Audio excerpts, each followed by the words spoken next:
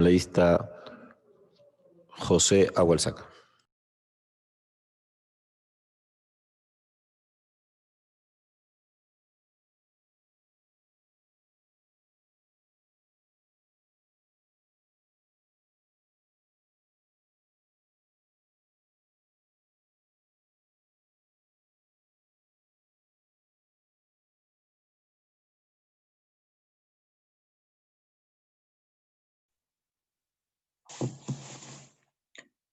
Buenas noches, ¿me escuchan?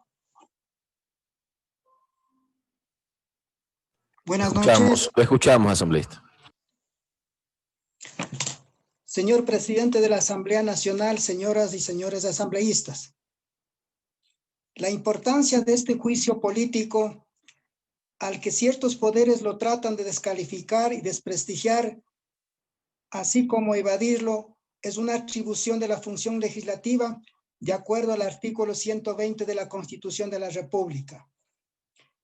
El juicio político, como el que se lleva a cabo contra la ministra de Gobierno, abogada María Paula Romo, tiene la virtualidad de develar las apariencias y los intereses que se esconden tras las acciones del poder político gubernamental, mostrándolas a la faz de la ciudadanía en su descarnada verdad.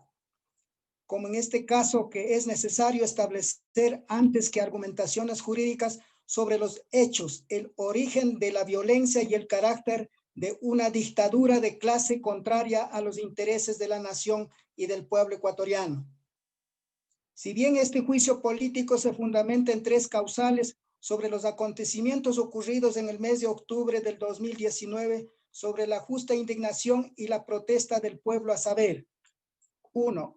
Uso de las bombas lacrimógenas caducadas en contra de los manifestantes. 2. Lanzamiento de bombas lacrimógenas a Centro de Paz y Ayuda Humanitaria. 3. Convocatoria al Comité Interinstitucional para la Protección de Periodistas y Trabajadores de la Comunicación. La primera y se fundamenta cuestión en este juicio político hay que dilucidar es el origen, la causa primera, no las consecuencias de la protesta del mes de octubre, sin desestimar, por supuesto, su importancia. Fue el gobierno del licenciado Moreno, del cual es ministra la abogada María Paula Romo, y por lo tanto ejecutora y responsable de la política interna, quienes iniciaron una serie de actos de carácter político, a más de lo que están debidamente documentados en el informe de sustanción de la Comisión Especializada Permanente de Fiscalización y Control Político.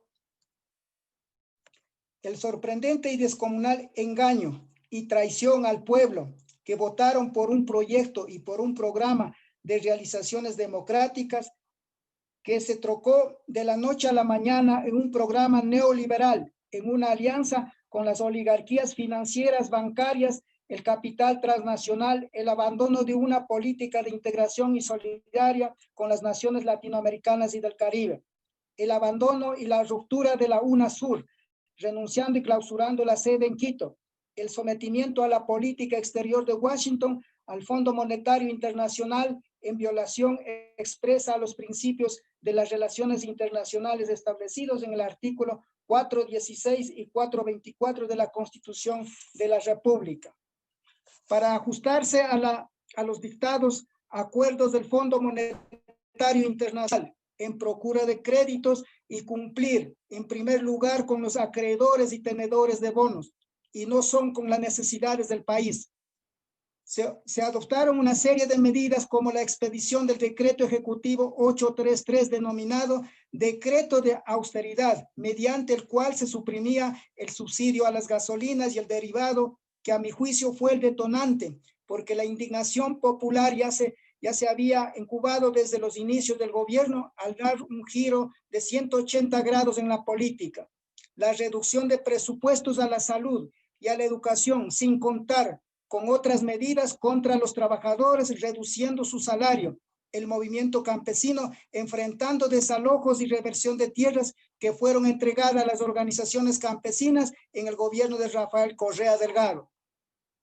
En consecuencia, la causa La razón de la protesta estuvo en la traición al país, al pueblo y a la fe pública expresada ante el Consejo Nacional Electoral, presentando una promesa para captar la votación. Eso se llama engaño consciente.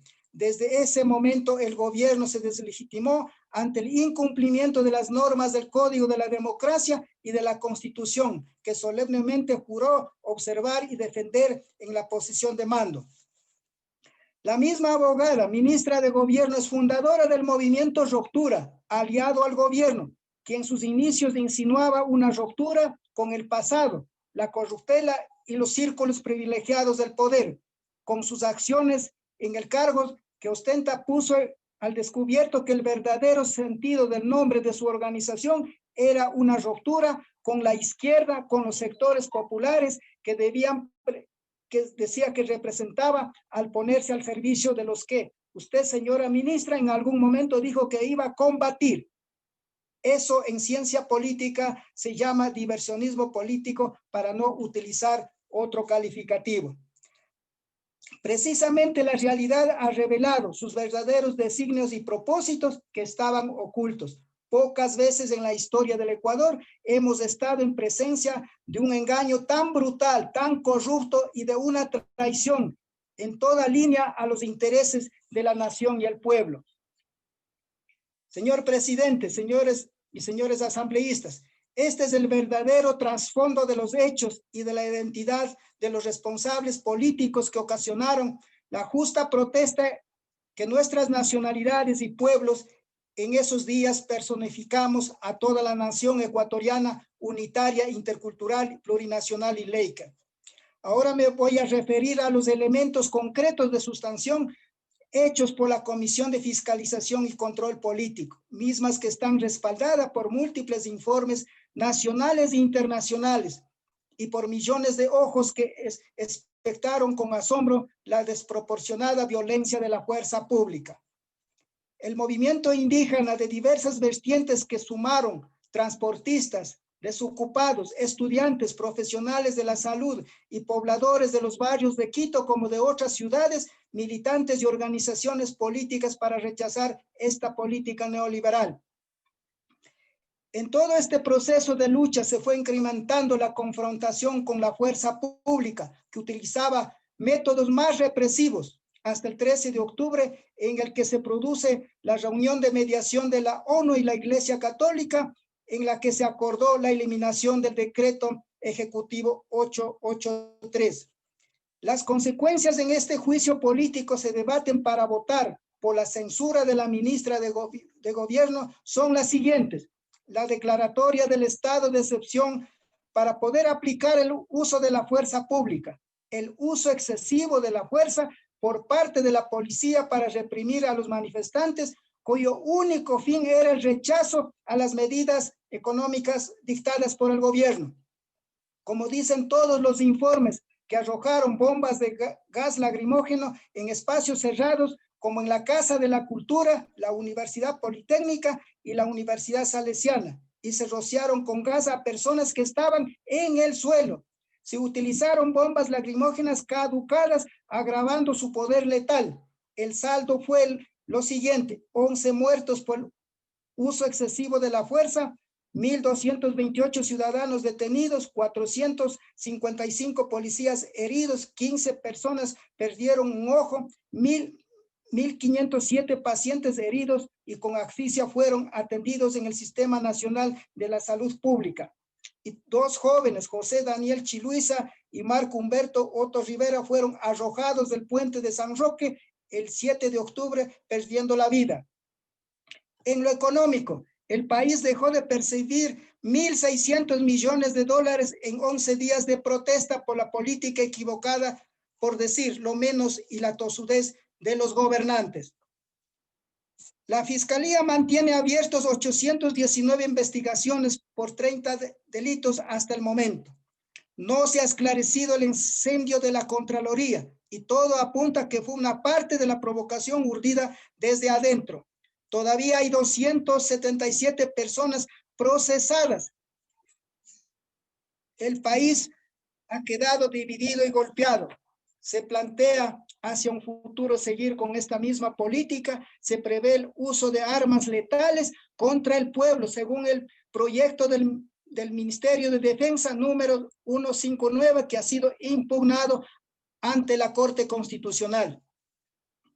Los pueblos, cuando salimos con gran sacrificio de nuestras familias y precarias economías, lo hacemos para protestar, porque es el último recurso que nos queda, porque nuestra situación se hace insoportable. No salimos por deporte o en busca de violencia. La práctica de nuestra secular lucha nos ha enseñado que la incitación a la violencia proviene del poder y de los agentes camuflados de civiles, por lo que se debe abrir una investigación a fondo. Basta ver en las redes sociales y en los artículos de prensa la cantidad de expresiones racistas de ex policías y militares retirados, que felizmente son pocos, manifestando que están organizando para darle un escarmiento a nuestros pueblos, seguramente como lo hacían en la colonia durante mucho tiempo en la República. Las organizaciones y pueblos indígenas siempre hemos luchado por cuestiones reivindicativas de la ruralidad y del pueblo ecuatoriano. Siempre con el ejemplo legado de Dolores Cacuango y Tránsito Amaguaña hemos sabido caminar. El gobierno no ha cumplido con los acuerdos hechos ante la ONU y la Iglesia Católica. Contrariamente, se ha continuado por otras vías implementando leyes que justifican despidos, reducción de salarios, como la liberación del precio del gas, la privatización de todo el sector estratégico, el veto total a la ley orgánica de la salud, la eliminación de controles para el cobro de intereses bancarios. En resumen, asistimos indignados a la consciente destrucción de la vida social democrática por parte del Ejecutivo, de cual la abogada María Paula Romo es la ministra de Gobierno.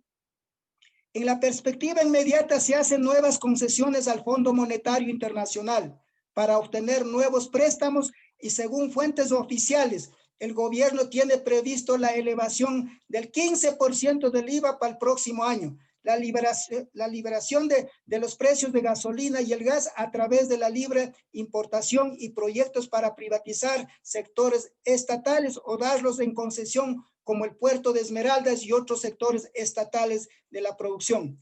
Por estas razones y otras que lamentablemente el tiempo que tengo para mi exposición me lo impide, mi voto es por la censura política y la destitución del cargo a la ministra de Gobierno, abogada María Paula Romo. Muchísimas gracias, señor presidente, por darme este espacio.